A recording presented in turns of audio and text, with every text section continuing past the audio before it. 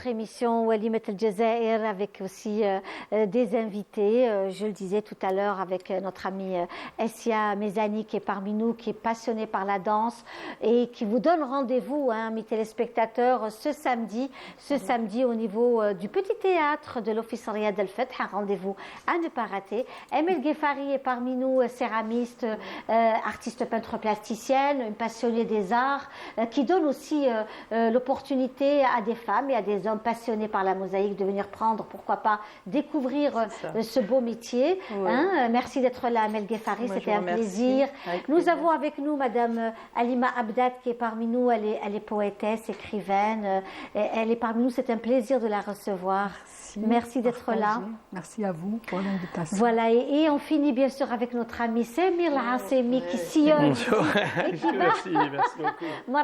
et qui va aussi à la rencontre de la communauté algérienne à l'étranger, notamment en France et au Canada, puisque c'est la grosse communauté. On salue tous nos amis. Et je sais que ce week-end, déjà, il va y avoir un grand événement à Montréal avec Fatiha Oudchernen qui organise un superbe événement autour de l'Algérie. Il va y avoir des défilés de mode, l'art culinaire, de la musique, de la danse et des expositions. Enfin, il y aura de tout. Et je sais que vous qui êtes à Montréal, qui êtes au Canada, il y aura une grosse communauté d'Algériens qui ira à ce grand rendez-vous. Oui, tout à fait. Voilà. Un grand mérite pour ces citoyens qui sont à l'étranger. Je ne dirais pas que le Québec ou le Montréal, c'est partout dans le monde. Parce que vraiment, ils font partie de nous. Oui. Et nous aussi, on fait partie d'eux parce que vivre à l'étranger, c'est pas facile. Oui. Je vous assure que c'est pas facile. C'est grâce à ça aussi qu'on maintient toujours le cordon ombilical avec l'Algérie. Et puis là, l'Algérien a de plus en plus besoin, grâce aux réseaux sociaux aussi, écoute, Linda, ils arrivent à mieux s'organiser. Linda, moi ça m'est arrivé de faire un concert sur scène, de voir des gens pleurer. Ah, c'est sûr, pleurer l'Algérie, pleurer pendant que je chantais je fredonnais quelques chansonnettes algéroises. Ils touchent, vraiment ils touchent. Ils disent que ça fait longtemps que je suis allé au Jazair. Ça c'est vraiment, moi ça m'est arrivé où j'ai eu les larmes aux yeux en les voyant comme ça. Oui, bien sûr, c'est vraiment pas facile, c'est clair, c'est clair. Et notre amie Halima Abdat est parmi nous, elle est poétesse, écrivaine, beaucoup de textes, beaucoup de signatures de livres. Halima Abdat, vous-même vous êtes aussi, vous allez dans ce travail, vous êtes beaucoup dans la spiritualité. J'essaye, c'est pas toujours évident, c'est une de mes préoccupations, bien sûr. Quand on écrit, il y a toujours une dimension, en plus de la dimension esthétique, bien sûr, il y a une dimension philosophique, métaphysique. Je crois que sans ça, on ne peut pas vraiment écrire.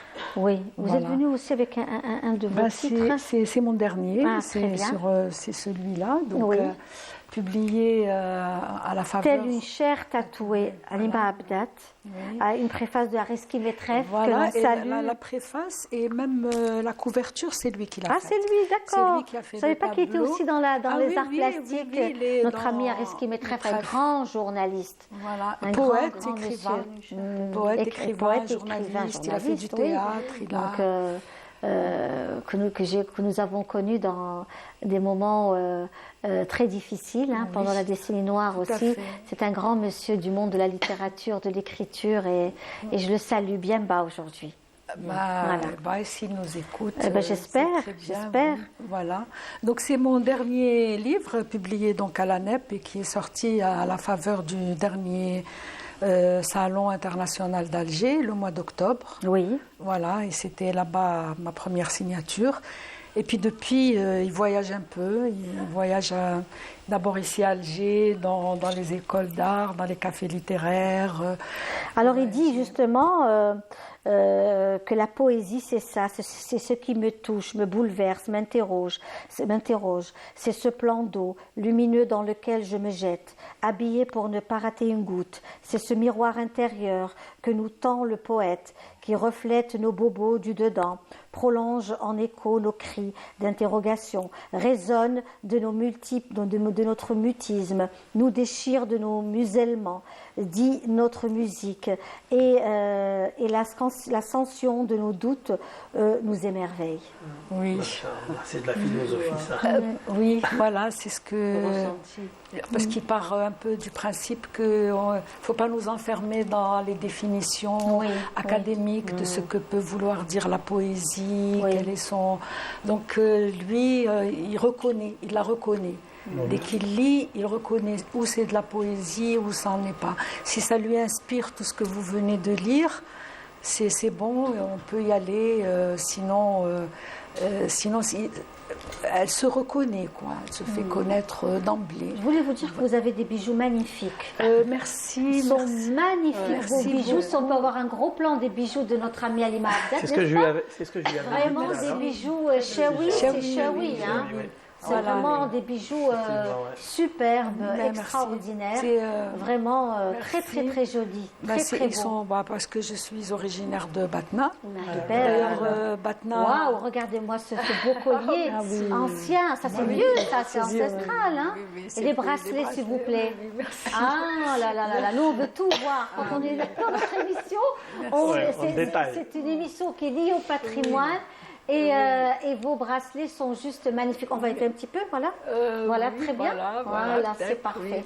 Voilà. Comme ça, c'est super. Voilà. Donc voilà, ça, ce sont aussi des bijoux anciens. Hein. Oui, ils sont anciens. C'est très très ancien. On le sent. Voilà. Donc on essaye aussi. Voilà. C'est très très joli. D'ailleurs, ce week-end, j'étais la semaine dernière, là, j'étais à Batna pour présenter mon livre aussi, pour mon dernier recueil. Et même les gens de là-bas qui ont un peu, ils perdent quand on vit en ville, etc. Donc ils étaient contents de voir... Ah oui, ils étaient très contents de voir leur fille de Batna porter les bijoux. Et Batna, d'ailleurs, et le pays des Aurès, tient une bonne place dans mon dernier recueil. Oui. Alors, justement, Samuel Assemi, l'Algérie, on en parlait avec mesdames, que ce soit Emel Yefari ou notre amie Essia Mezani.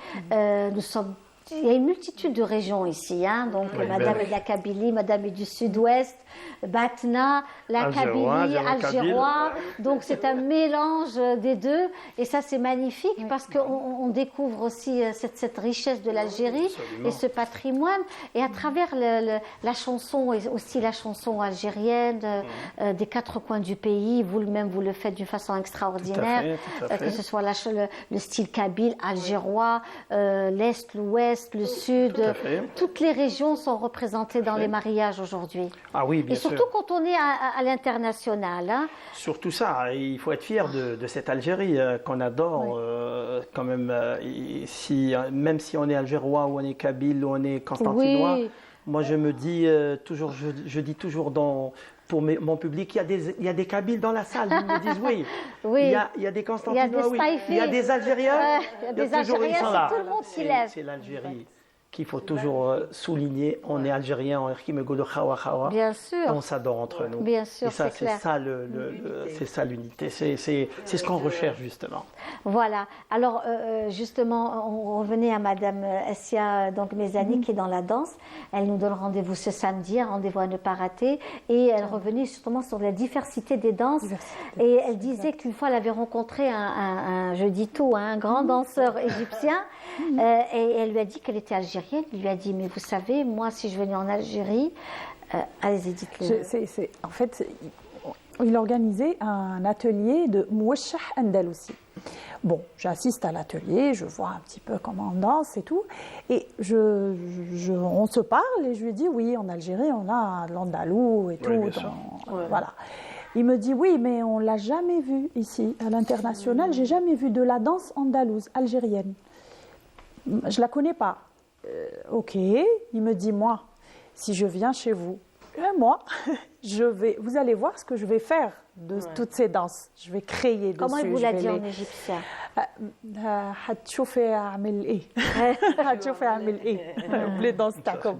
Donc je pense qu'il m'a poussé un petit peu encore. C'était le moment de me booster un petit peu pour aller loin sur la. C'est ce jour-là où j'ai décidé de vraiment déclic, d'aller très loin sur la danse, d'essayer de l'emmener le plus loin possible. Nos danses, d'essayer de les emmener le plus loin possible, d'essayer de les enseigner partout, d'essayer de les embellir, de créer de la chorégraphie dessus, comme pour le textile, comme pour la décoration maison. On a des choses, des objets modernes, mais avec une très très belle touche algérienne. On est revenu au hebbel dans les maisons, on est revenu à plein d'objets comme ça anciens dans les maisons, on est revenu à plein de tenues traditionnelles qu'on a un peu allégées pour pouvoir mettre tous les jours. Et je pense que la musique aussi a fait boum avec en gardant le traditionnel. On a une richesse culturelle en Algérie, quelque chose d'incroyable. C'est ça. C'est vrai par rapport à la Tunisie, par rapport au Maroc, par rapport à n'importe quel pays du monde. On a une richesse extraordinaire ici en Algérie. Que ce soit culturel, quand je dis culturel, ça veut dire musical, culinaire. Toutes les cultures confondues. Justement. Et voir la danse, moi je vous encourage à faire là, ça parce que c'est très important. Et les danses, on en a. Oui, toutes les régions. Absolument. Il y a je suis encore des curieuse de danses. venir voir ce que vous allez nous proposer ce samedi au niveau du petit théâtre de Riyad El Fath. On revient aussi à notre ami Amel Ghefari qui est venu aussi avec de la poterie, de la céramique, qui est très très particulière, qui est vraiment. Vous avez fait donc pas mal de pays, l'Ouzbékistan. Le Koweït et aussi la Chine, l'Espagne, des formations en Espagne, des expositions un peu partout. Les pays qui vous ont marqué, c'est surtout ces pays-là. L'Ouzbékistan, parce que c'est un pays qui est très très riche culturellement et c'est ancré chez les enfants. Donc la semaine culturelle qui s'est passée parce que c'était une exposition, enfin je représentais l'Algérie dans une organisation internationale WCC, donc c'est qui regroupait tous les artisans du monde. Et là, ils avaient donné une semaine pour tous les enfants des écoles, des lycées, des universités. Et ils leur ont mis à leur disposition des bus, tout était gratuit pour venir assister à cette exposition internationale. Donc ce qui m'a intriguée, que les jeunes étaient là, ils étaient présents à toute l'exposition, ils étaient là curieux de voir et ils n'avaient aucun portable, déjà ça m'avait impressionné. Et quand j'ai posé la question, j'ai demandé, c'est bien que ces jeunes soient intéressés, autant intéressés.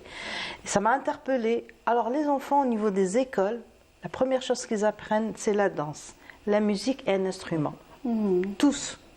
Alors ils grandissent dans ce milieu-là, dans la culture, ils grandissent comme ça. Donc c'est pour ça il y a cet apport important chez ces jeunes-là et cet amour pour l'art. Et puis quand on expose un peu partout, on a des contacts avec d'autres artisans, donc on apprend de chez eux, ils apprennent de chez nous, et ils sont très attentifs au travail algérien parce qu'ils connaissent pas. Et quand je commence à expliquer, et donc ils sont un peu intrigués de cette variété et puis de ces connaissances par rapport au travail qu'on fait dans l'artisanat. Très bien. Voilà. Nora Halima Abdas qui est parmi nous aujourd'hui aussi, qui présente aussi son dernier livre autour, donc toujours de la poésie, des textes aux éditions ANEP. Actuellement, il y a un salon du livre national à Djelfa. À Djelfa, oui, après le salon de Schleu. C'est ça, Djelfa. Ça renaît. Et ça fait vraiment chaud au cœur de voir, parce que je viens de revenir de Djelfa justement pour ce salon, et je peux vous dire que ça m'a vraiment, c'était passionnant de voir comment les jeunes aussi, des conférences, donc c'était pratiquement trilingue ces rencontres-là, en arabe, en français, en anglais, et puis bien sûr la langue aussi donc nationale amazigh également, et c'était vraiment magnifique de voir comment aujourd'hui tous ces salons existent.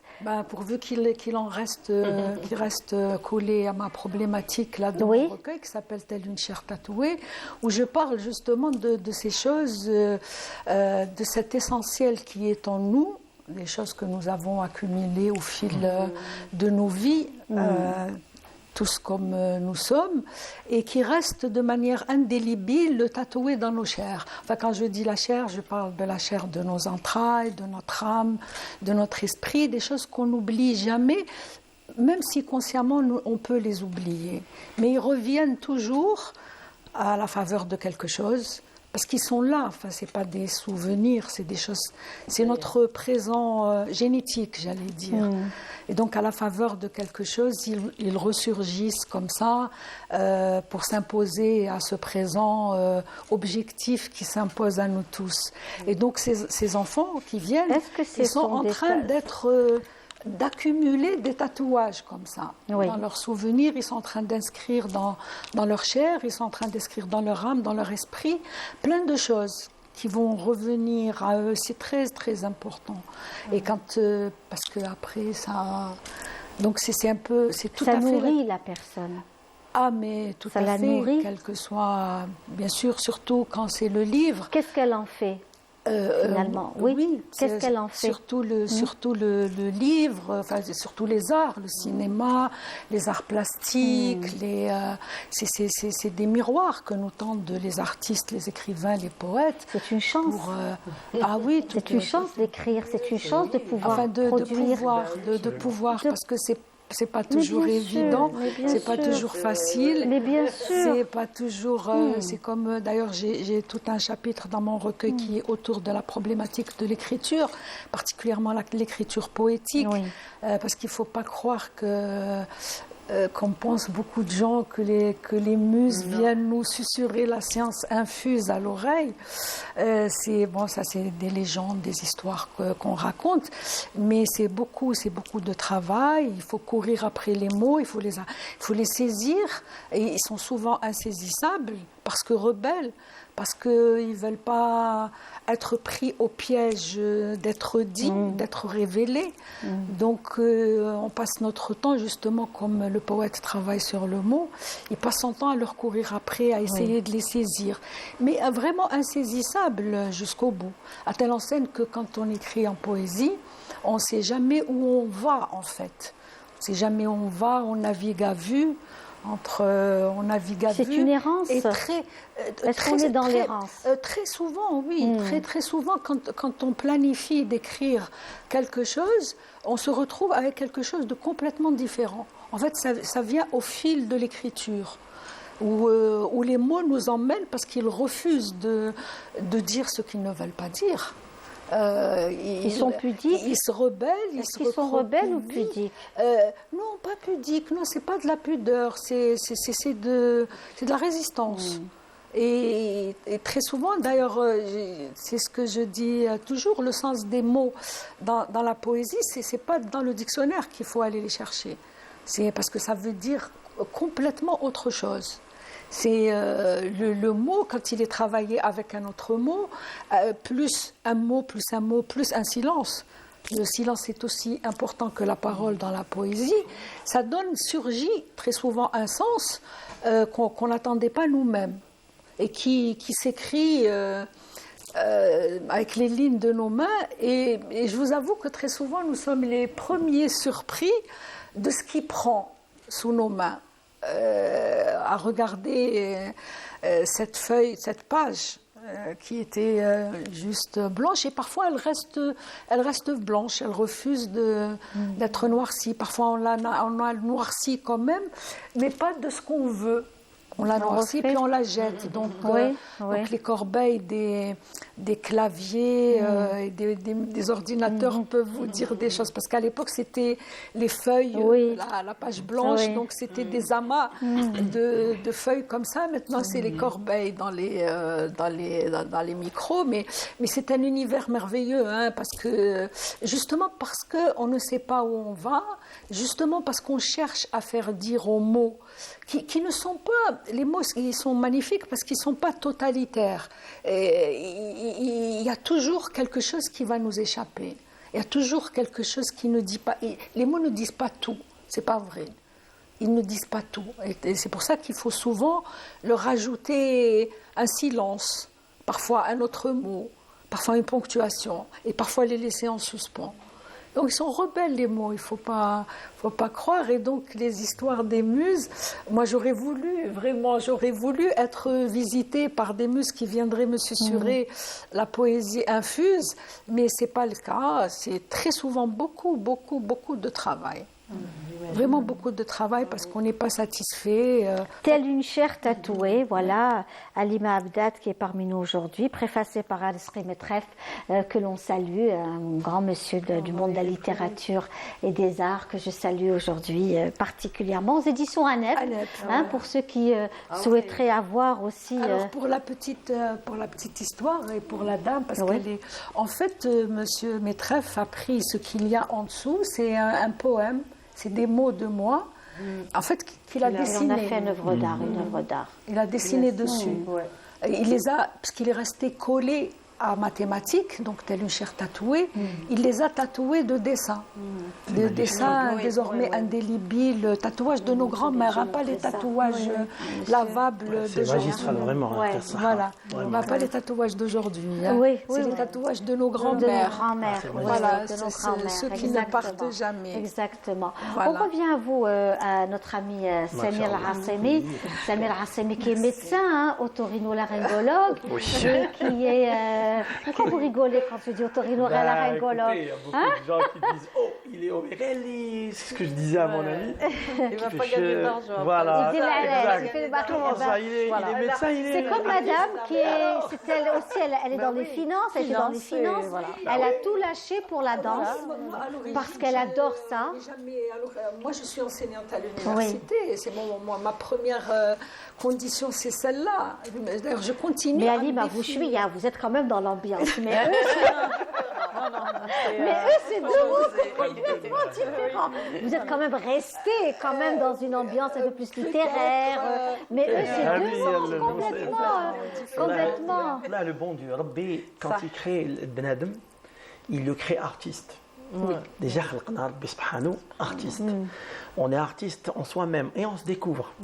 On se découvre. Il y a des médecins qui sont dans l'art culinaire. Moi, je connais des amis qui sont dans l'art culinaire. Ils ont abandonné même leur médecine pour leur hobby. Il y a d'autres, c'est des collègues, c'est des consoeurs à moi, et c'est des spécialistes fait le halwa. Ah oui, pourquoi pas? Il y a d'autres qui sont spécialisés la danse. Pourquoi pas? C'est un don. Et le bon Dieu, quand il nous a créés artistes. Mais c'est à nous de découvrir ce qu'on a en soi-même. Parce qu'être artiste, je le dis toujours, ce n'est pas facile d'être un artiste. C'est ce qu'elle disait, pour ces mots. Qui peut être un artiste. Pour abonder un peu dans votre sens, je dis souvent qu'il y a plein, enfin je parle de ce que je fais, il y a plein de poètes qui s'ignorent. Absolument. Il y a plein, et d'ailleurs pour savoir où on peut trouver la poésie, très souvent il faut suivre le regard d'un enfant. Là où se pose le regard d'un enfant, il y a de la poésie. Ils sont toujours émerveillés devant un battement d'ailes d'oiseau, ils sont toujours émerveillés de voir, n'est-ce pas, hein, un papillon. Et quand vous suivez un arbre, des feuilles d'arbre qui bougent, le craquement des feuilles, c'est tout de suite musical à leurs oreilles. Donc il y a beaucoup, moi je dis toujours, il y a beaucoup de poètes qui s'ignorent, qui pourraient, parce que être poète, c'est une manière d'être dans la vie, une manière de regarder la vie, de regarder les choses. Comme il y a aussi des gens qui écrivent, mais qui ne sont pas poètes. Moi, je l'ai toujours dit. Moi, je l'ai toujours dit. C'est vrai que de temps en temps, on m'interpelle comme ça.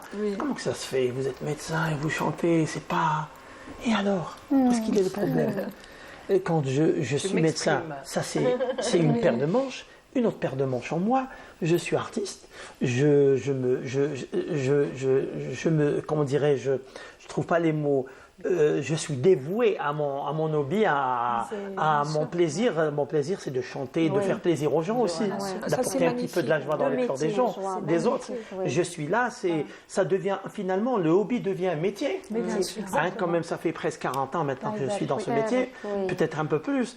Alhamdoulilah, je me dis, je le fais de bon cœur, surtout de bon cœur, et avec amour. C'est à souligner, avec amour.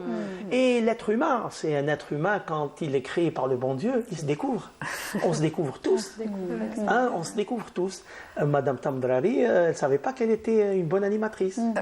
Elle l'a découvert en elle-même. C'est vrai, elle est journaliste de conception, mais à force, elle se découvre que c'est une Toujours excellente avec beaucoup animatrice. d'amour. C'est Et toujours c'est ça. l'amour qui revient, comme l'a si bien dit Amel Desfares. Et d'ailleurs, l'aspect le plus gratifiant de ce que nous faisons tous, parce qu'on a tous, Oui. c'est justement le partage. Oui. C'est justement ce don Absolument. de quelque chose, le don d'une expérience de vie, le don Tout à de...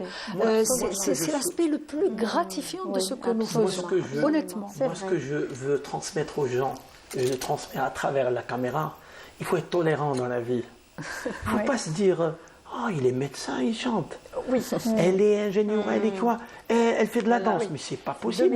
Il faut être tolérant. Les métiers, c'est ça, les métiers. Il faut s'ouvrir aussi. Il faut s'ouvrir. il faut Maintenant, avoir- c'est-à-dire c'est une qu'on est ouverture. resté très. Alors, on revient à vous, Samir Hassemi, vous qui sillonnez aussi le monde à la rencontre des Algériens d'ailleurs. Vous êtes beaucoup déplacé ces derniers temps, à fait, Ramadan, tout à fait. après Ramadan, etc. Après Ramadan, avant Ramadan, j'étais à Ramadan. Montréal. j'ai Est-ce que fait un vous avez des spectacle. déplacements pour l'instant? Oui, incessamment. Pour Oui. l'instant, j'ai des mariages à Oui, l'étranger. oui. Je travaille ici. J'ai fait Ibn Khaldoun fi Ramadan. Oui. C'était génial d'ailleurs. Je fais quelques réceptions privées ici, Oui. entre autres des mariages. Oui. Mais sinon, je prépare, Inch'Allah, bi'idhnillah, d'ici là, le centre culturel algérien Oui. qui a repris à Paris. Oui. Alhamdoulilah, tant Oui. mieux, hein, tant Bien mieux pour sûr, nous bien et pour sûr, on nos a amis besoin, en France. vraiment. Et Inch'Allah, Tani aussi, Montréal, éventuellement. Oui. Inch'Allah, Oui, incessamment. parce qu'il y a l'été Inch'Allah, qui approche et voilà. puis bon, ceux qui peuvent venir en Algérie, c'est très bien, mais Oui. ceux qui restent là-bas donc sur place, ils ont aussi besoin d'avoir aussi des Algériens qui viennent aussi fêter avec eux l'été, partager avec à eux fait. des moments, c'est Et important. l'été chaud, hein, et ça va être très chaud en Algérie cette fois-ci. Oui, hein. oui. Un été vraiment chaud parce qu'il va y avoir beaucoup d'activités Oui, culturelles, oui, oui. entre autres, et la Ça période promet. estivale, donc Oui, oui, ça très promet bien. énormément. Alima Abdat, est-ce qu'il y a une signature de livre? Est-ce qu'il y a une rencontre littéraire? J'en fais tout Oui. le temps depuis qu'il est sorti. Très bien. J'en ai fait beaucoup dans tous les... Enfin, il y a un circuit, pour les gens qui écrivent, ils le savent. Oui. Circuit, donc les cafés littéraires, Bien l'Arbre sûr. à dire, Oui. Shaib Zahir, Oui. la librairie du Tiers-Monde, Oui. Crescendo School. Oui, de l'école Blida. d'art à Blida. Magnifique. Une petite Que l'on école salue magnifique. d'ailleurs, ils sont extraordinaires Magnifique. Et ces gens. j'ai même eu l'occasion, parce que j'ai dans un de mes textes qui se trouve dans un chapitre qui s'appelle Des lieux, qui se trouve être deux textes sur la Palestine, mais qui ont été écrits bien avant les événements Oui, oui. qu'on s'entende bien. Oui. C'est pas Oui. et comme l'actualité tragique de Gaza est venue les Oui. mettre au devant de la scène, donc à Crescendo School, j'ai eu l'immense bonheur de monter, parce que mon texte, mon recueil, c'est des scènes de vie. C'est des petites scènes comme ça que j'ai montées, comme ont montré des rushs de cinéma. Et donc, j'ai deux scènes sur la Palestine, donc deux poèmes. Un qui s'appelle Ta'ir Shams, l'oiseau du soleil. Le suimanga, c'est un oiseau qui s'appelle le suimanga. Et un autre texte qui s'appelle le luth brisé. Donc, c'est une petite scène à Gaza aussi, où un luthiste était entouré d'enfants qui étaient en train de jouer, puis il y a eu une déflagration, et puis tout est parti en pièces. Et j'ai eu vraiment l'immense bonheur de monter avec des petits jeunes de l'école, avec leurs profs de théâtre, Bravo. parce qu'ils ont un petit théâtre, comme ça, dans ma présentation, Oui.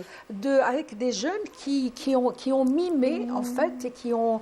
Il y avait un jeune, il devait avoir 12-13 ans, donc qui lisait, et des enfants qui mimaient les scènes que j'avais, qui mimaient les scènes, et c'était vraiment, c'est une de mes plus belles expériences à Crescendo School. J'aime beaucoup cette école. C'est une très belle et ils ont école. fait avec leur, ils se sont entraînés, et très jeunes, hein, et puis ils ont joué le jeu. Je leur ai proposé aux dirigeants de l'école, je dis comme c'est des scènes de vie comme ça qui sont tatouées dans ma chair, et donc pour Gaza, c'était deux très belles scènes, donc l'oiseau du soleil, Ta'ir Shams, et le luth brisé. Et c'était magnifique avec les enfants. Moi, j'aurais voulu en faire beaucoup plus avec eux, mais au moins c'était une manière en tout cas, une manière de parler au moins de Gaza. C'est magnifique d'instaurer de la culture dans la tête des enfants, surtout des enfants. Parce que c'est la relève. Absolument. En fait, c'est la relève. Et c'est les deux scènes, c'est des scènes, première scène c'est avec un oiseau C'est un oiseau qui raconte une histoire. Donc, c'est l'oiseau de Palestine, Ah bah oui, qui s'appelle le symbolise la liberté Sulimanga, aussi, qui raconte une histoire au sujet de sa vie au quotidien à Gaza. D'ailleurs, les enfants, ça les a beaucoup troublés. Et la deuxième scène, c'était la scène du luthiste sur une place qui s'appelle rue El Wihda, qui existe vraiment, une scène de Gaza.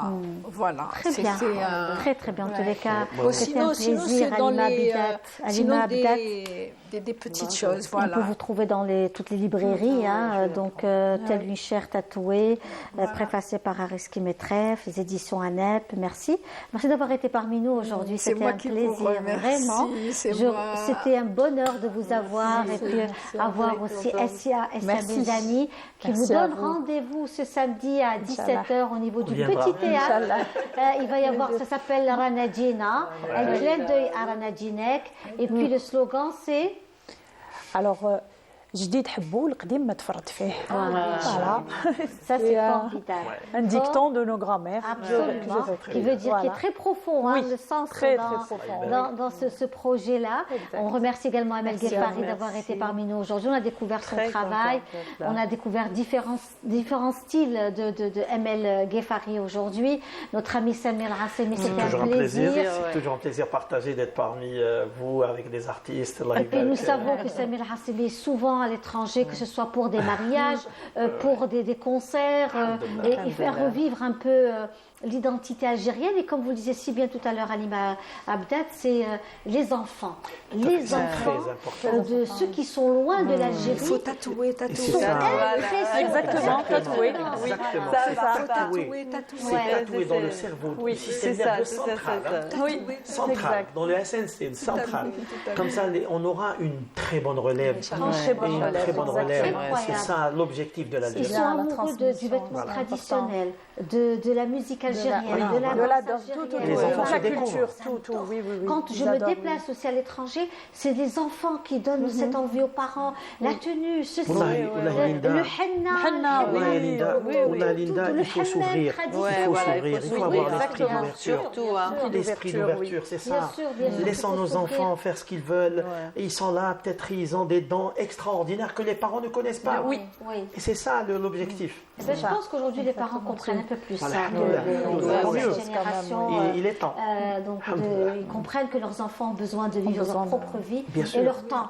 Et leur temps. Ouais. Et leur temps, Absolument, surtout, absolument. parce que c'est Absolument. c'est un tout important. autre temps qui n'est pas actuel. En tous les cas, C'est merci important. beaucoup. Merci à vous. C'était Merci, très un contente. véritable plaisir de vous avoir reçu des femmes, un monsieur Ouais. et deux femmes, qui a apporté aussi du peps, et puis des femmes d'horizons différentes, donc des horizons différents où on peut retrouver aussi des parcours différents de toutes ces femmes, ces Algériennes d'ici, qui vous transmettent aussi beaucoup d'amour et cette Algérie, ces parfums d'Algérie dans leur richesse. En tous les cas, merci beaucoup.